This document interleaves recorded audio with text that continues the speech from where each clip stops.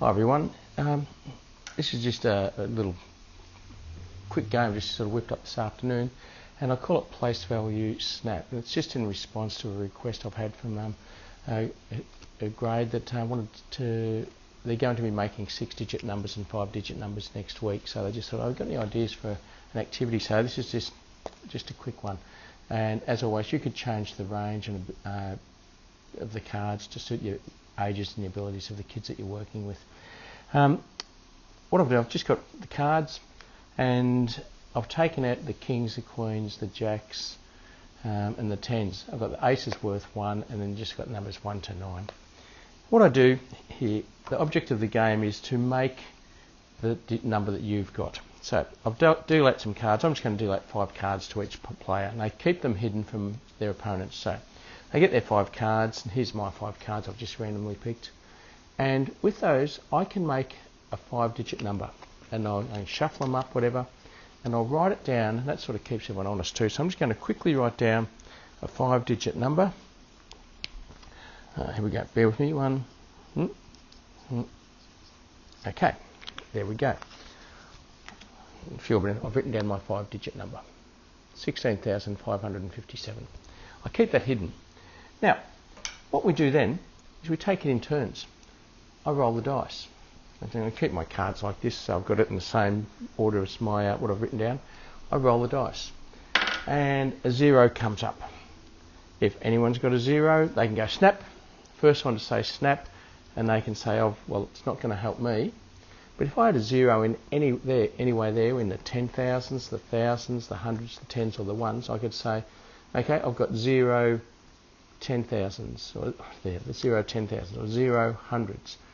And if so, I can then turn it. My cards are flat down on the ground. I can turn over that relevant card, and there's the proof. If people can see that, yes, you said you had 0 hundreds, I turn over my hundreds card, and if it's got a 0, fine. If it hasn't, bad luck. We roll again, and it says a 2. And as you can see, I don't have a 2 anywhere.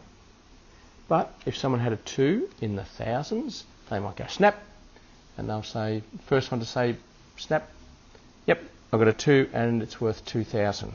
If they can prove it, they turn over the card. They've got them laying down on the ground.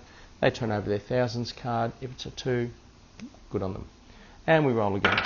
And it's an 8. And boy, am I having no luck whatsoever in this demonstration. I don't have anything. But someone else might have an 8, and they might say snap. If they've got it, once again, these cards are laying on the ground. If they've got an 8 in the hundreds, the tens, the ones, they say it's worth 800, it's worth 8,000, it's worth 80,000. Could be worth 800,000, depending on the range of cards you're using. And once again, the cards are on the ground, but I've got this written down so I can still remember what numbers I've got where. If a player says, yes, I've got a 8 in the hundreds, and they turn over their hundreds, but it's got a 5 instead, they got a bit mucked up, bad luck, they just turn it back over, they just miss out. So you've got to be the first one to turn your 5 cards over, or your 6 cards, whatever. And so it's just understanding that when you get an 8, for example, where it is, whether it's in the hundreds of thousands, say it's worth 800,000, is it worth 80,000, 800, is it worth 8, is it worth 80?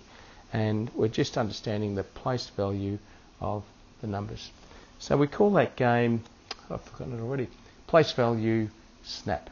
So, very fast one that I've just come up with tonight. So give it a go, but as always, just change it to suit your kids, and above all, just have a bit of fun.